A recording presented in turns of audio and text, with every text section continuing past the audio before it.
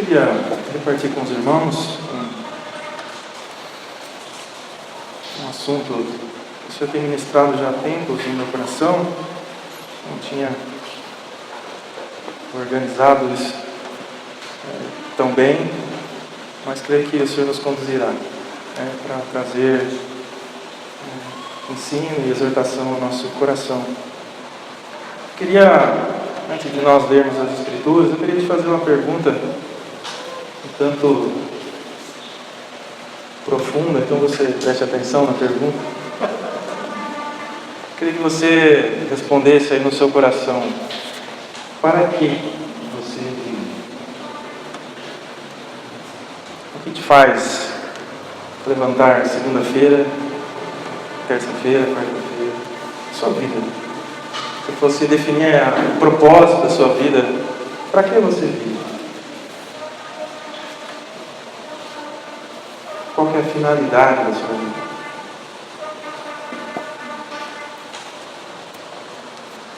Tem muitas respostas, né? Muitas. Alguns vivem para ter uma vida tranquila e sossegada, né? Alguns vivem para ter algum conforto, ele trabalha muito para ver se ele consegue conquistar algumas coisas na vida, uma casa, um carro. Alguns trabalham muito para ter uma velhice sossegada, né? Você já viu? Eu escuto muito isso. Não, agora que eu já guardei uma poupança, já aposentei, agora eu vou curtir. Eu passei a vida ralando para chegar agora e curtir esse finalzinho. Você já encontrou alguém assim? Viveu a vida para aposentar e viver, né? Aí às vezes nesse finalzinho ele encontra alguns probleminhas e não consegue curtir muito esse finalzinho.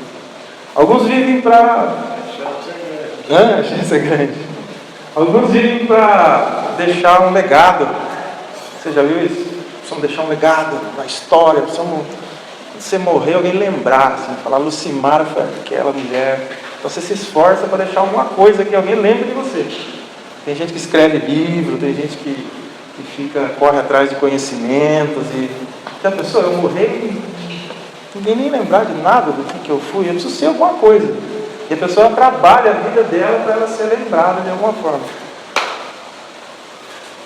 Alguns trabalham muito para deixar alguma coisa para os filhos, né? Então, eu vou trabalhar, eu vou me ralar, vou ter 5 empregos, mas meus filhos vão estudar, vão fazer faculdade. A minha vida é para meus filhos não sofrer igual eu sofri. Então a minha vida vai ser direcionada para não deixar meus filhos sofrer tanto como eu. Para que você vive? O que te faz? Essa é uma pergunta bem profunda. Mas todo mundo tem um motivo. Mesmo que você nunca tenha parado para pensar, você tem um motivo. Aqui nós somos um grupo de irmãos assim, mais tranquilos, né? Mais sossegados. Mas até o sossego pode ser um motivo que você tem vivido. Eu quero viver minha vida para ver sossegado, assim, sem ninguém encher minhas paciências, eu tendo meu sustento, eu tenho meu confortinho lá, assistir meu Netflix, assim, eu quero, é isso, assim, se eu tiver isso aí, eu vivo para chegar nisso, assim, eu vou até chegar a ter esse sossego, essa paz, e você vai vivendo. Agora você concorda comigo que um cristão, alguém que nasceu de novo, ele deveria ter motivos muito diferentes do que o mundo tem para viver? O que o mundo busca como propósito, como finalidade da vida dele, deveria ser muito diferente do que um cristão tem, ou não? Será que tudo que um mundano, alguém que não conhece o Senhor, deseja para a vida e para a vida dele como propósito, é exatamente aquilo que alguém que nasceu de novo tem como propósito de vida? Riqueza, é sossego, é bem-estar. Será que não deveria ser bem diferente?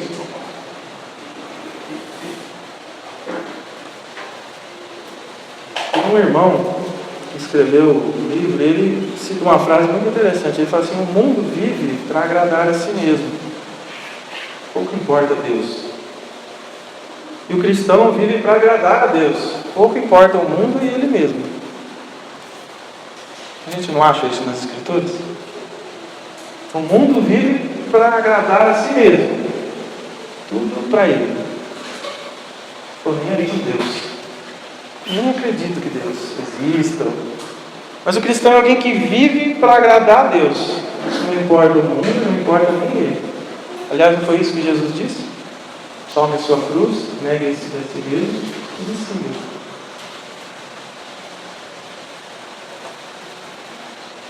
Jesus também disse que quem quiser salvar a sua vida, ou ter muita coisa nessa vida, só fala que vai perder. Mas quem perder a vida por minha causa e pelo Evangelho, vai salvar. Olha que coisa completamente diferente. Um cristão é alguém que vive, que pode perder tudo, ou que perde tudo para ele, para que ele possa agradar a Deus. Não porque isso é um mandamento, mas porque ele tem prazer em fazer isso.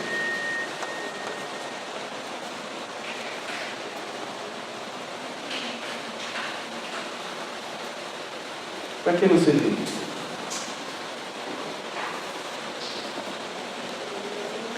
Para a gente achar uma resposta nas Escrituras, nós não podemos começar a responder isso por nós. Nós precisamos começar a responder as coisas de Deus. O Senhor fala assim que Ele criou todas as coisas, inclusive o homem, os ímpios, a igreja, tudo, para louvor da sua glória.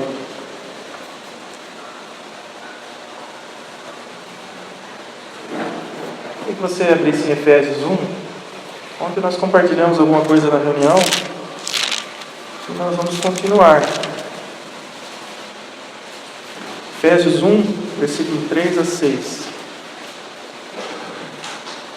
Bendito seja o Deus e Pai de nosso Senhor Jesus Cristo, que nos abençoou com todas as bênçãos espirituais nos lugares celestiais em Cristo, segundo nos escolheu nele antes da fundação do mundo, para que fôssemos santos e irrepreensíveis diante dele em amor, havendo-nos predestinado para sermos adotados como filhos seus, por meio de Jesus Cristo, conforme a sua boa vontade, para louvor da glória da sua graça. Verso 12.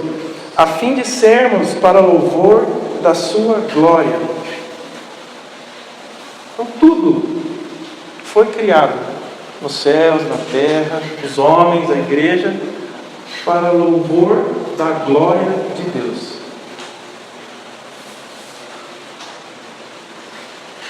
Nós cantamos um cântico agora há pouco, que é baseado em Romanos, pois dele, por ele e para ele são todas as coisas. A ele seja a glória para sempre. Não há nada na criação de Deus que não seja para louvor da glória de Deus.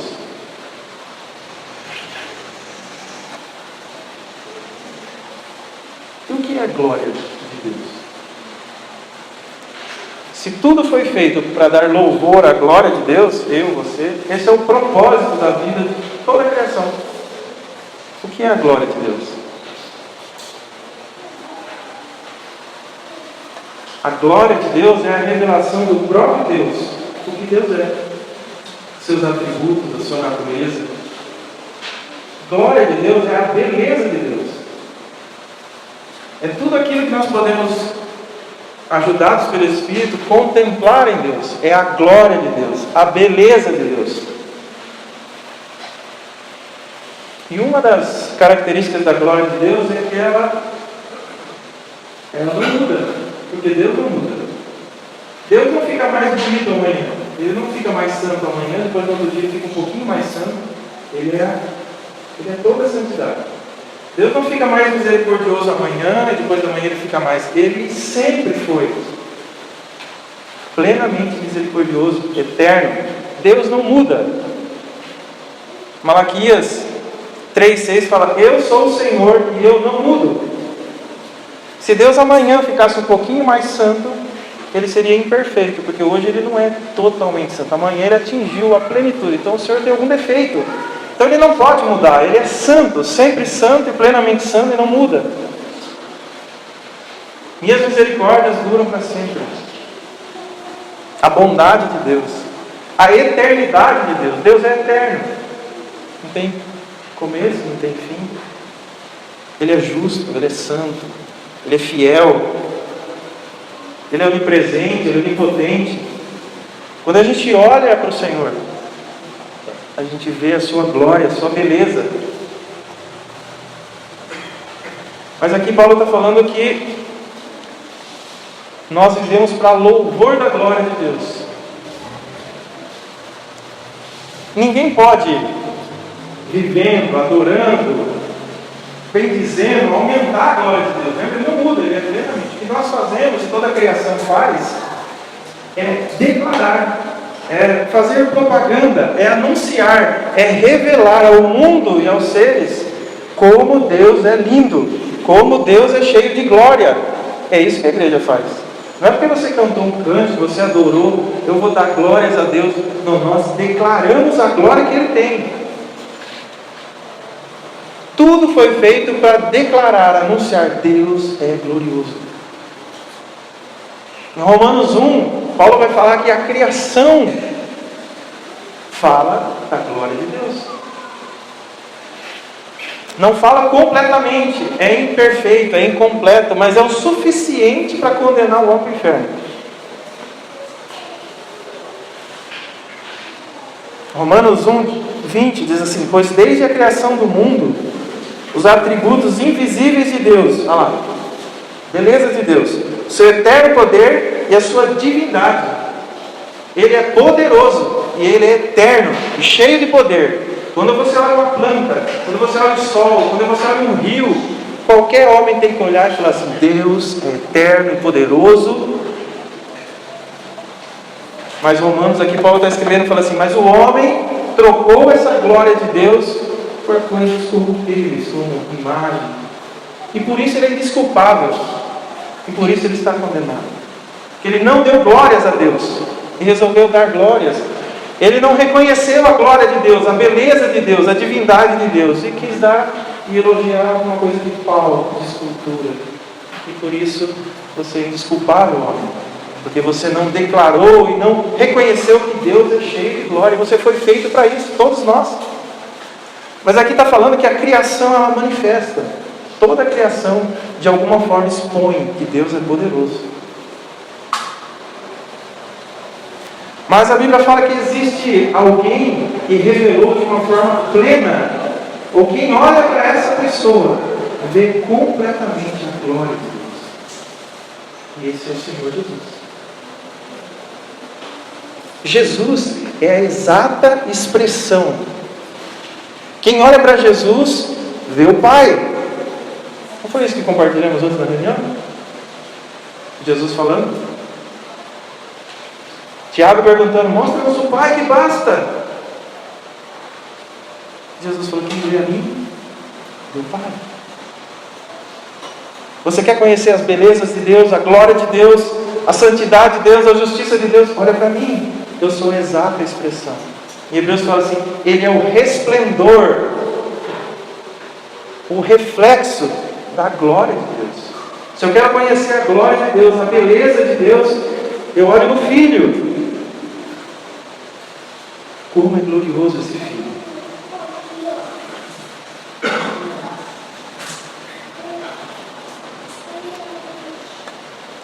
Segunda Coríntios 4, 6, se você quiser abrir,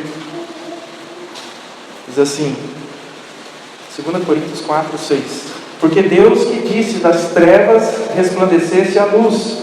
Aqui está falando da criação. Deus foi lá e disse: haja luz, e houve luz.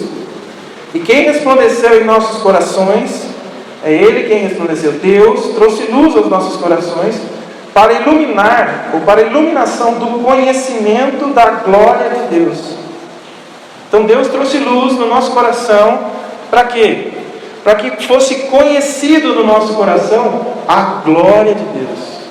O Senhor traz luz ao nosso coração e nós olhamos para Jesus e vemos a glória de Deus, como Deus é glorioso. Vemos aonde a glória de Deus? Na face de Cristo Jesus.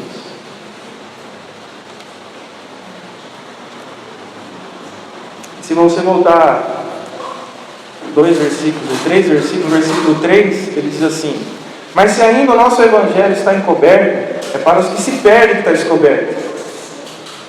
Então o evangelho que Paulo pregava, para muitos estava encoberto, a pessoa não via nada, ela ouvia Paulo pregar e não conseguia ver nada. O que esse homem está falando?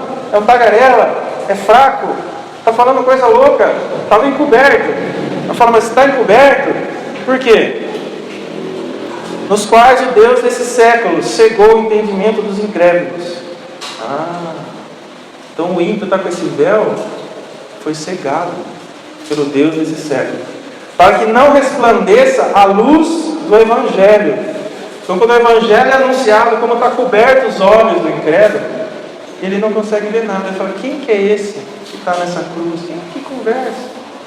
Então Walter compartilhou um pouco antes na reunião. Que evangelho é esse vergonhoso, ridículo, de um homem pregado na cruz, pregado por gente fraca? É uma loucura o evangelho. Está encoberto. Mas para quem recebe luz, ajudado pelo Espírito Santo, quando ele ouve o evangelho, esse evangelho é o quê? É o evangelho da glória de Cristo. Quando ele ouve o evangelho, ele vê a beleza de Cristo. Oh, Jesus é Deus, como ele é santo, como ele é perfeito, como ele é obediente em tudo, como ele é cheio de amor, que se deu por nós pecadores, como Deus é justo. Alguém precisava ser punido por causa do pecado e caiu sobre ele. Então o evangelho, ele anuncia a glória de Jesus, a beleza de Jesus, a formosura de Jesus. E o evangelho da glória de Cristo é a imagem de Deus. Quem vê a glória que há no Filho, vê a do Pai. Porque os três, a Trindade, são um. Mas veja que contraste. Cristo, quem olha Cristo, vê a beleza do Pai. Quem olha um pecador, não vê nada do Pai.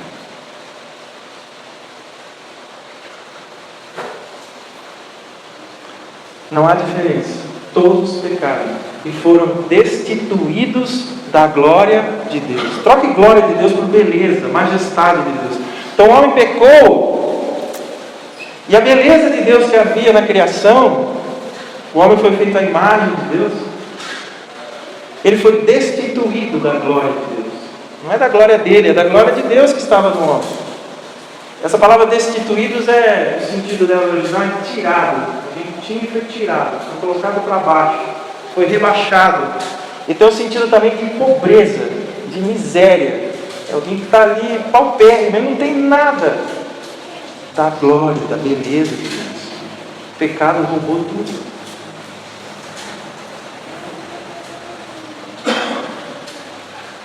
Todas as coisas, irmãos, foram feitas para louvor da glória de Deus. O inferno foi feito para o louvor da glória de Deus. Poxa, mas o inferno? Tudo é tudo. Quando o homem ímpio for lançado no inferno, o que será louvado de Deus? A sua santidade, a sua justiça. Deus é justo e o pecador irá pagar pelo seu pecado. Eternamente. Irmãos, quando nós não vemos como Deus é glorioso, como Ele é santo, como Ele é justo, nós pecamos e aquilo parece uma coisinha que não tem valor, mas diante de Deus um pecado é suficiente para atacar o homem eternamente no inferno. Como ofende a Deus o pecado? Porque Ele é santo.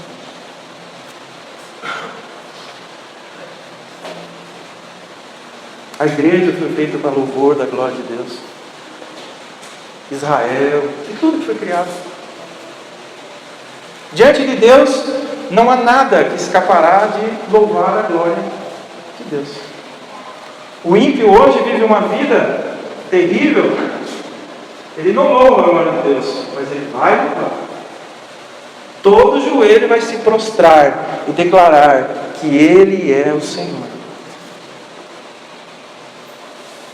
Todos darão conta de todos os seus atos diante dele. Não passará uma vírgula, uma palavra O Senhor fala que toda palavra que sai da nossa boca, nós daremos conta. Você tem falado muito? Tudo é para a glória de Deus. Agora, se a glória de Deus, ou o louvor da glória de Deus, é a razão de todo cristão de viver, o que isso implica na nossa vida?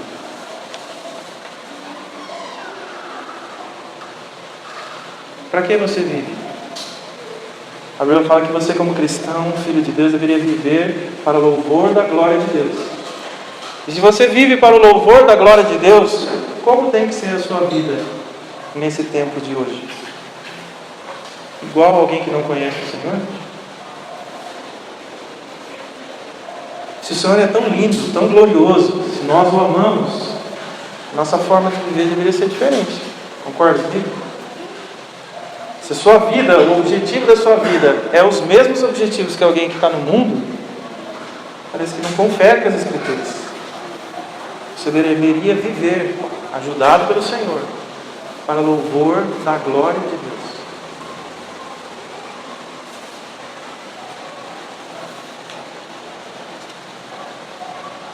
Isso influencia tudo na nossa vida.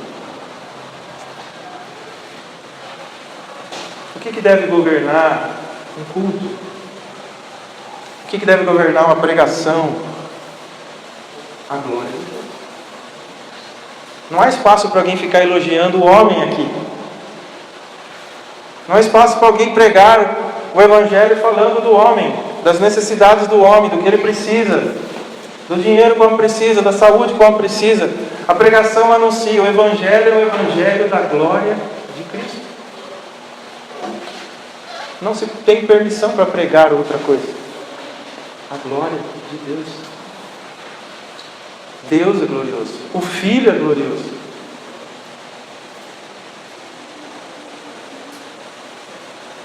E por que nós devemos, nosso culto, a nossa vida, mas vamos falar do culto, da pregação do Evangelho.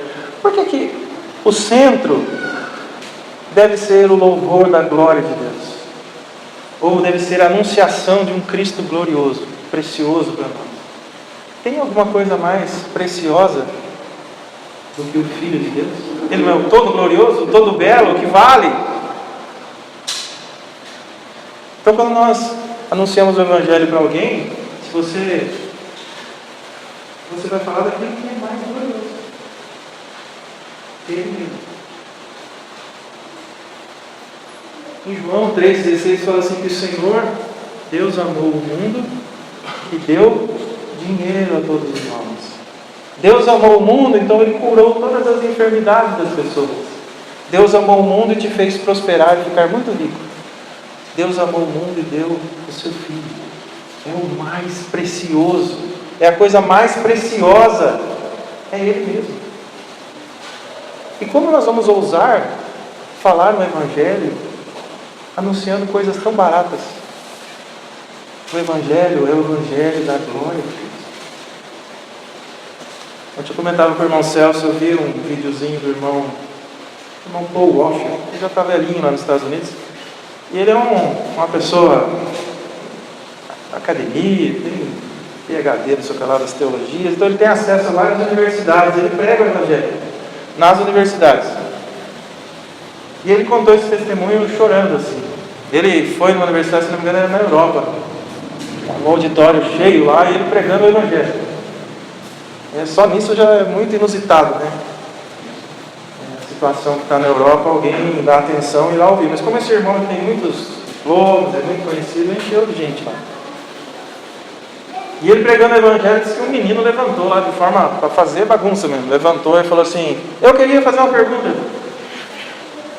Me explica, não há nenhuma lógica em um homem morrer e pagar a conta por milhões e milhões de pessoas, os vivos e os mortos. Como que uma pessoa tem um valor ou vale igual a milhões de pessoas, bilhões de pessoas? O que essa pessoa fez de tão importante? E esse irmão disse: você fez isso para o mal, mas isso vai ser para o bem. Deus vai transformar essa sua interrupção, essa forma de me confrontar em bem. Agora sente que eu vou te explicar. Se você somar todos os homens e colocar numa balança os vivos e os mortos, desde o primeiro homem até hoje, não se compara com o valor de Cristo. Cristo é tão glorioso que se você colocar todos os homens vivos e mortos, não chega aos pés das belezas e glórias de Jesus. É assim que nós vivemos Jesus.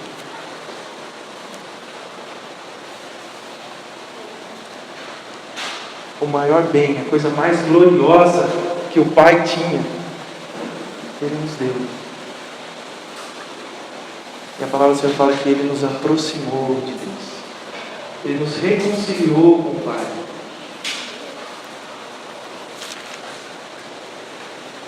Mas agora em Cristo Jesus, vós, que antes estavais longe, pelo sangue de Jesus Cristo, chegastes perto.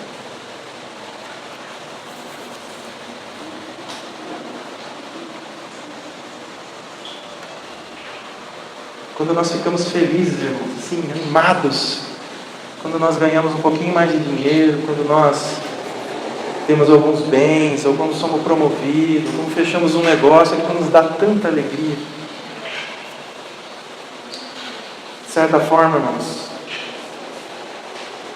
podemos estar desonrando ao Senhor, porque parece que essas coisas nos dão muito mais alegria do que ter e conhecer o Filho de Deus.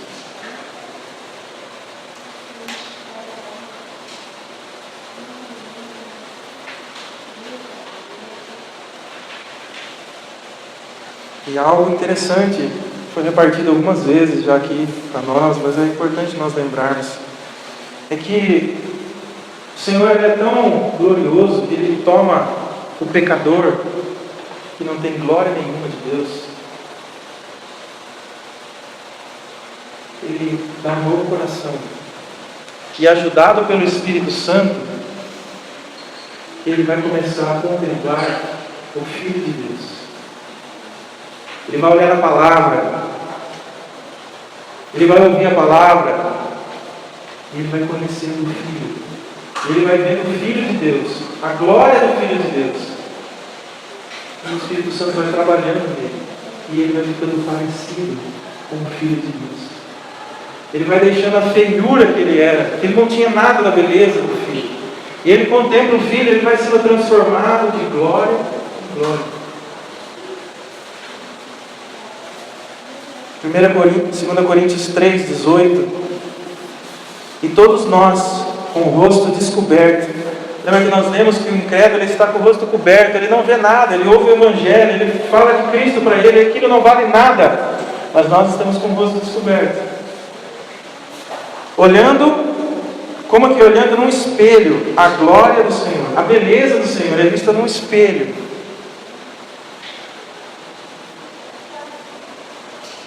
E vamos sendo transformados de glória em glória na mesma imagem. Nós contemplamos Cristo como se fosse um espelho.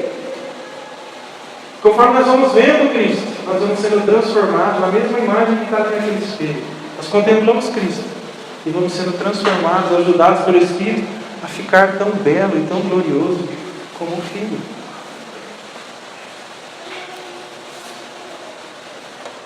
O pecador que não tinha nada da glória de Deus, ele vai ficando parecido com o Filho. E isso é glorioso. Um Filho de Deus que vai se tornando parecido com Cristo é uma propaganda, vamos usar essa palavra entre aspas, é uma propaganda muito forte das belezas de Deus. Alguém olha para um Filho de Deus e fala: como Deus é poderoso.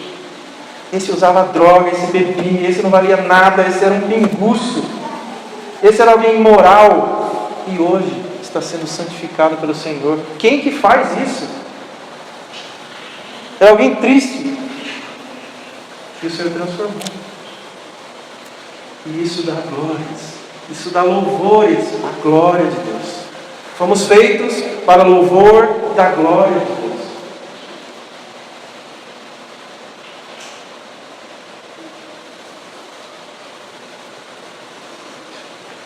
Para que você tem vivido?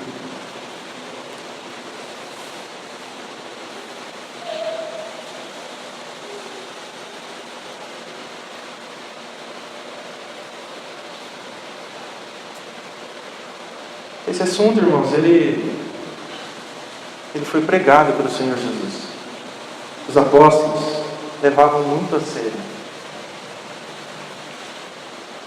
viver para o louvor da glória de Deus.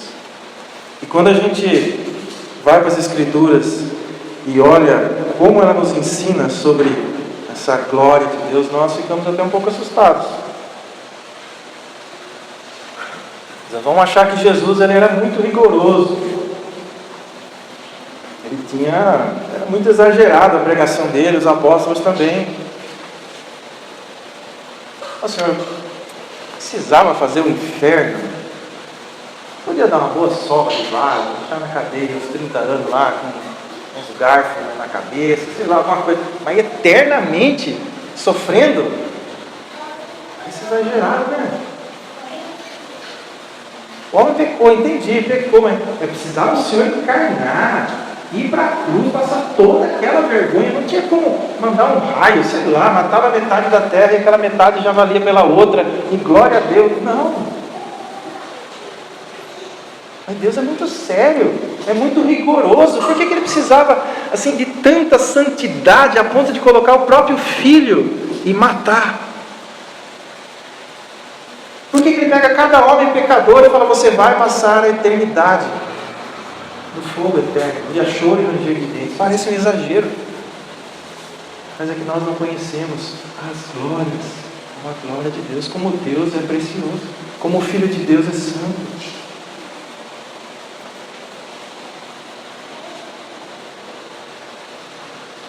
Alguns ensinos do Senhor, bem rapidamente.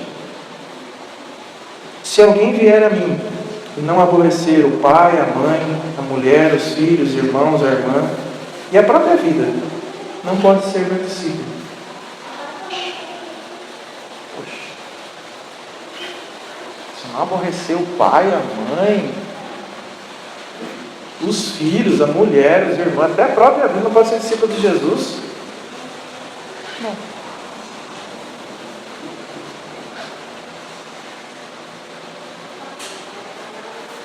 Se o nosso amor, se o nosso companheirismo com os nossos filhos, com a nossa esposa, ela só existe porque nós deixamos Deus de lado, não valorizamos tanto Deus, mas para manter a nossa amizade, isso é ofensivo ao Senhor.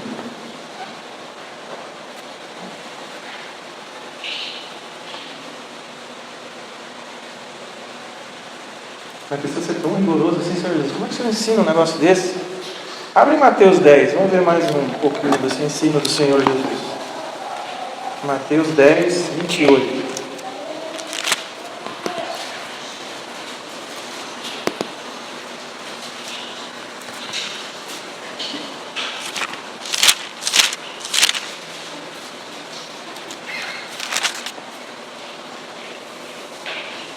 Não temais os que matam o corpo, mas não podem matar a alma. Temei aquele que pode fazer perecer a alma de vocês no inferno.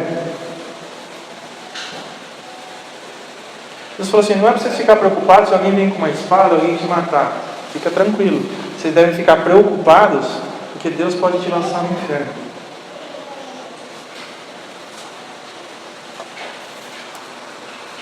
Verso 34. Não penseis que vim trazer paz na terra, mas vim trazer espada. 37. O que ama seu pai e sua mãe mais do que mim, não é digno de mim. O que ama seu filho e sua filha mais do que mim, não é digno de mim.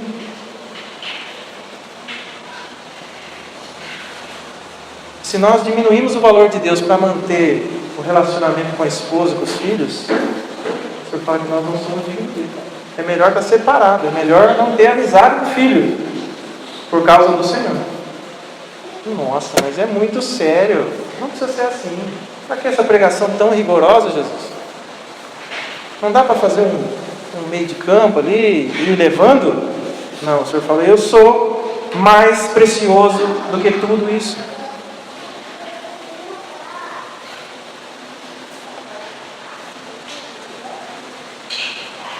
Ontem até conversava eu e o Alan desse texto aqui de Mateus. Olha a pregação do Senhor Jesus. Precisa abrir. Se a tua mão e o teu pé te levar a tropeçar, corte e jogue fora.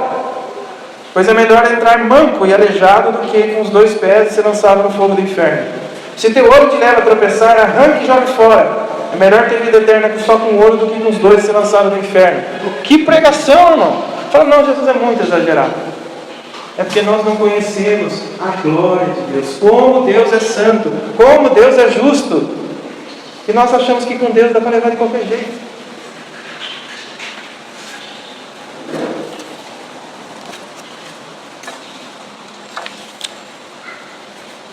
E às vezes nós queremos negociar com o Senhor.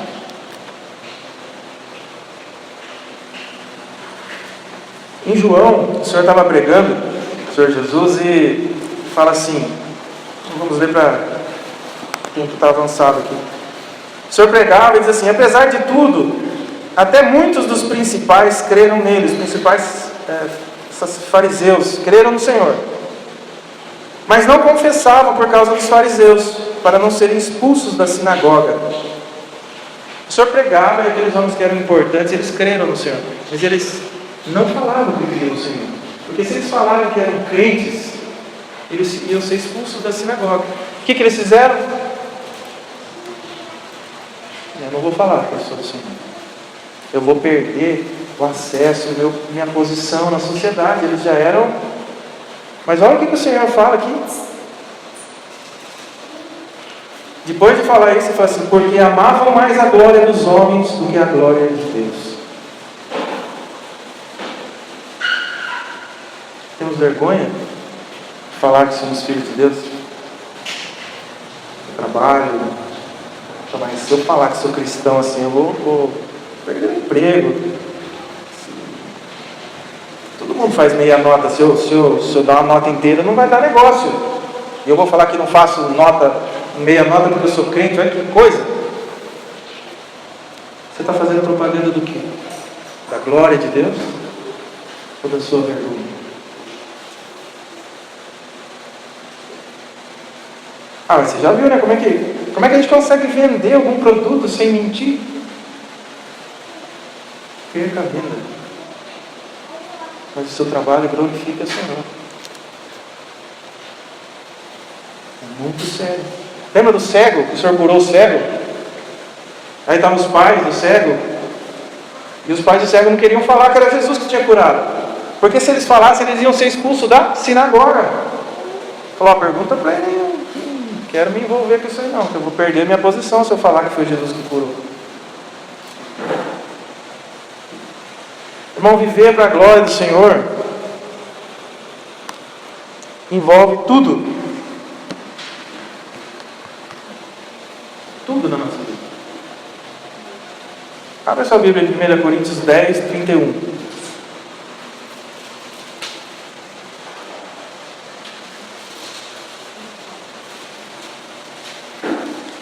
Portanto, quer comais, quer bebais, ou façais qualquer coisa, fazei tudo para a glória de Deus. 1 Coríntios 10, 31. Até nas pequenas coisas, comer e beber, nós podemos pecar. Nossa, mas até o jeito que você come, se o jeito que você come não glorifica a Deus, é pecado. O jeito que você bebe, tudo que você faz deve ser para a glória de Deus. Deve ser uma propaganda, um testemunho de como Deus é belo.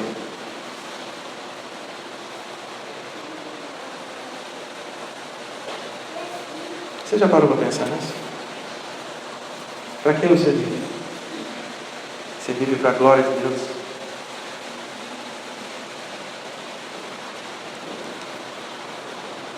E essa propaganda, esse louvor da glória de Deus, ele não ocorre só aqui no culto, a hora que a gente levanta a mão e declara: o Senhor é glorioso, para Ele, por Ele, para todas as coisas. É na vida, também é no culto. Paulo, quando estava ensinando os irmãos aos Coríntios lá, ele fala: o culto de vocês tem que ser algo tão glorioso, que está ali exultando e declarando as glórias de Deus, que quando entrar um ímpio, ele tem que se prostrar, colocar o rosto no chão e adorar e falar: Deus está no meio de nós. Eu posso ver Deus aqui. Não é um ajuntamento de um monte de gente perdida, mas é alguém que entra um ímpio e fala: Deus está nesse lugar, eu consigo ver. Não sei nem explicar, mas Deus está aqui.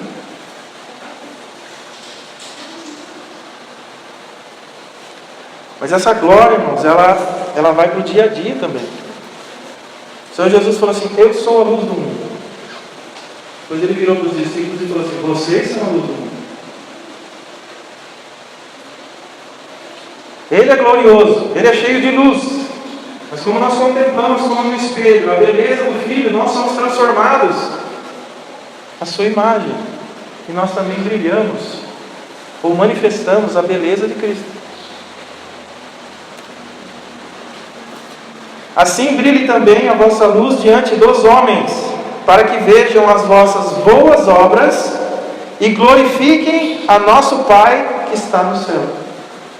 Quando alguém vê as boas obras de um filho de Deus, ou a conduta dele nessa terra, os homens têm que olhar e falar assim: que Deus, que Jesus é esse? Quando as pessoas olham para nós, elas veem Jesus? Elas veem a luz de Jesus? Ou nós somos bem parecidos com o mundo? Nisso é glorificado meu Pai, que dês muitos frutos, assim vos tornareis meu discípulo. E você abrir também em Efésios 4, um texto que nós vamos olhar um pouco. Efésios 4.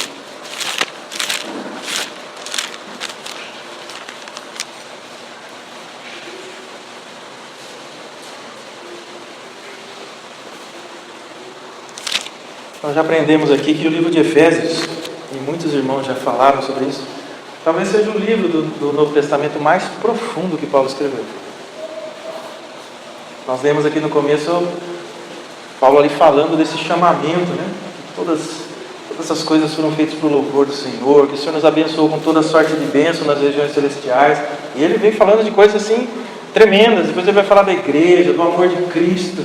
Estamos lá na estratosfera da glória. Assim.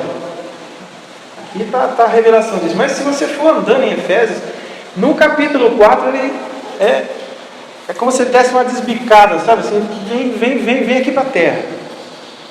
No verso 17, aí ele vai começar a falar como que essa glória, essa obra de Deus feita por Ele, tão bela, ela vem aqui e se manifesta entre os homens.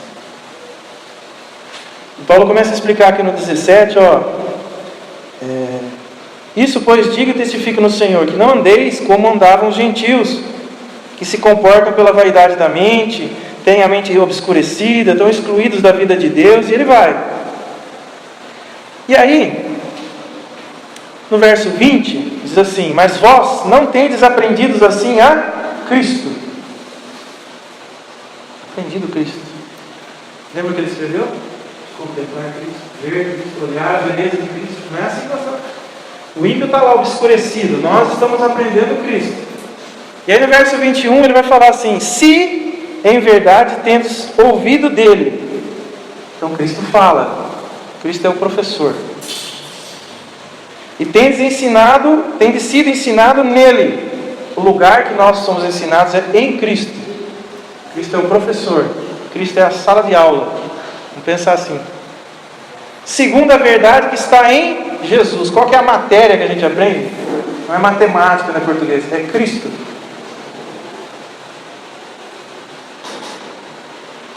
E aqui está escrito não Cristo, está escrito Jesus aí na sua versão.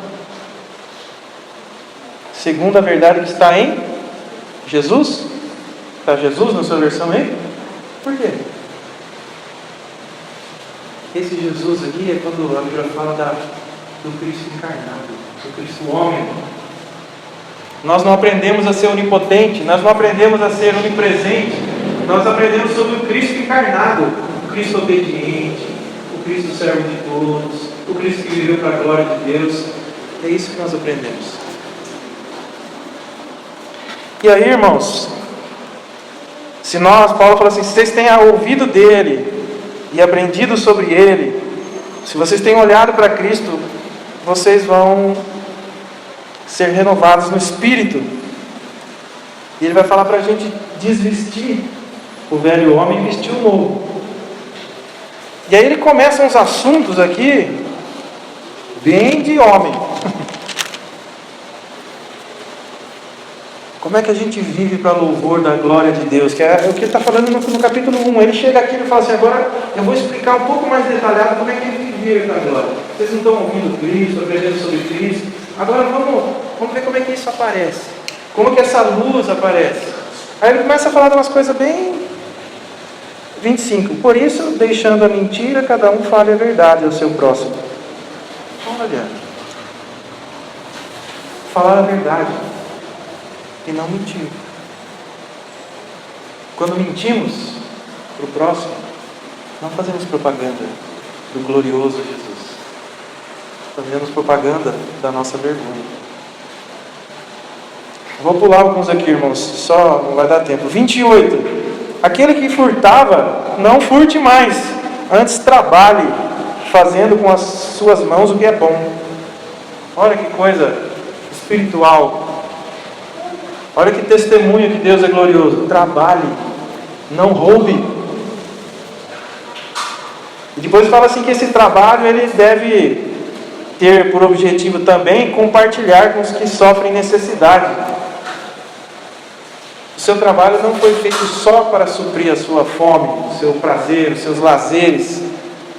Segundo a palavra, se você quer viver para o louvor da glória de Deus, o seu trabalho também deve servir ao necessitado, servir ao reino de Deus. 29. Não saia da sua boca qualquer palavra torpe. Como é que está a boca? Palavrão, piada. Às vezes somos tão acostumados a falar palavras estranhas e feias do nosso trabalho que, às vezes, quando está com os irmãos, escapa uns assim, você até dá um susto. Você fala, nossa, o que é isso? Mas você está tão acostumado, às vezes, no trabalho, por ouvir tanto palavrão, você começa a copiar os palavrão. Que propaganda nós estamos fazendo da glória de Deus santo, 3 vezes santo, com a nossa boca. E ele vai, irmãos, eu não vou conseguir, se os irmãos desejarem, leia esse final aqui, vou citar mais alguns só. Ele vai falar de pecados como fornicação, impureza, que tem a ver com pornografia, avareza, uma busca incessante por dinheiro. Capítulo 5, verso 4. Coisas obscenas, tolices, chocarrices, que é piada. Longe de vós, irmãos. E ele continua. Verso 18, ele fala assim, não embriagueis com vinho. Poxa, mas o senhor está preocupado até com a minha pinguinha, até com o meu vinhozinho que eu tomo em casa. Tá.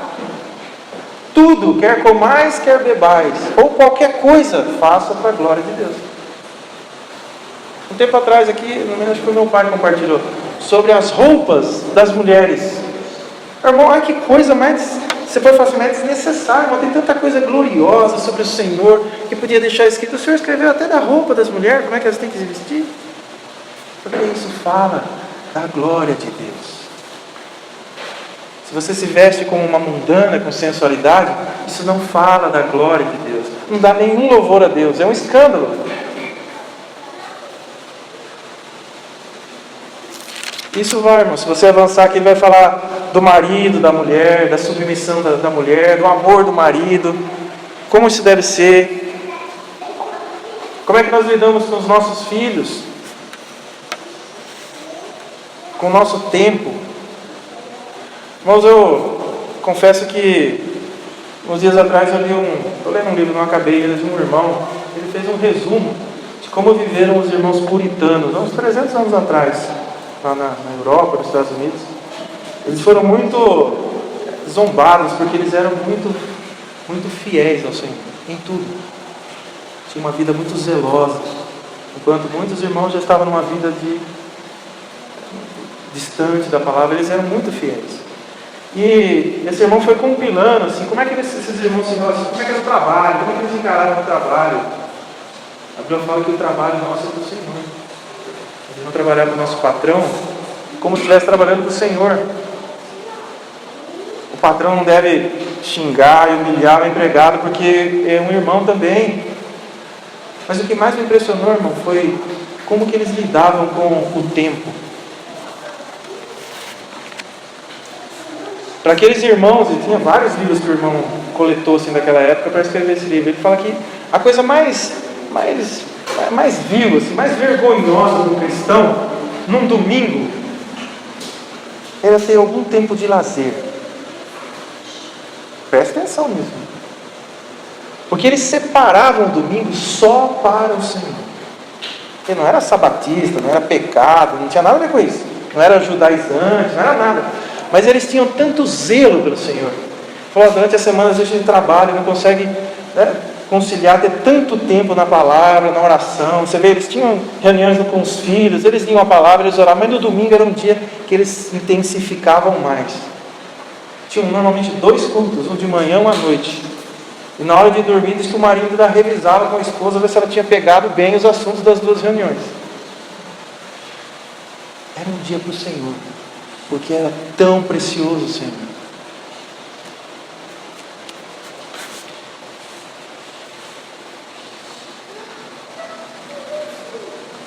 A coisa mais mentirosa, irmãos, que existe é um falso cristão. A chacota maior à glória de Deus é alguém que se diz cristão e não vive para a glória de Deus.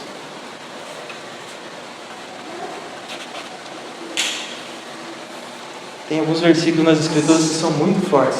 Paulo, quando ele vai falar de falsos irmãos ou falsos mestres, que se dizem cristãos, mas não são, ele fala assim, a esses nem cumprimentar. Não comam com eles, nem cumprimentem eles. Não se associe com eles. Mas que coisa, né? Não. Só de estar junto com alguém que profana o Senhor, claramente, não está falando de alguém que falhou, mas alguém que claramente ofende a Deus, e se diz cristão, ele vai falar assim, ó, mantenha uma certa distância, porque isso não vai glorificar a Deus. E tudo isso, irmãos, é feito não por obrigação. Eu tenho que viver assim. Isso é feito de forma prazerosa. Porque se o Senhor é a coisa mais preciosa, mais prazerosa que a gente tem, amar o Senhor, servir ao Senhor, devia ser motivo de prazer na nossa vida, de alegria, não de peso.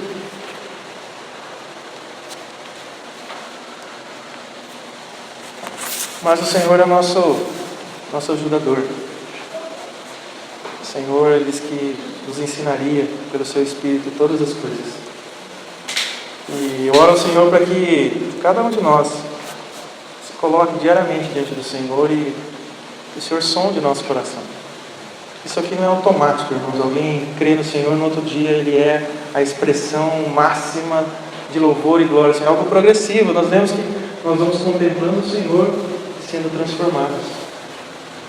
Mas que seja esse o nosso desejo de buscar na palavra, conhecer o Senhor, para que todos os nossos dias a gente viva para a glória do Senhor. E por isso nós seremos bem diferentes do que o mundo é. Para que nós vivemos? Para a glória do Senhor. Amém?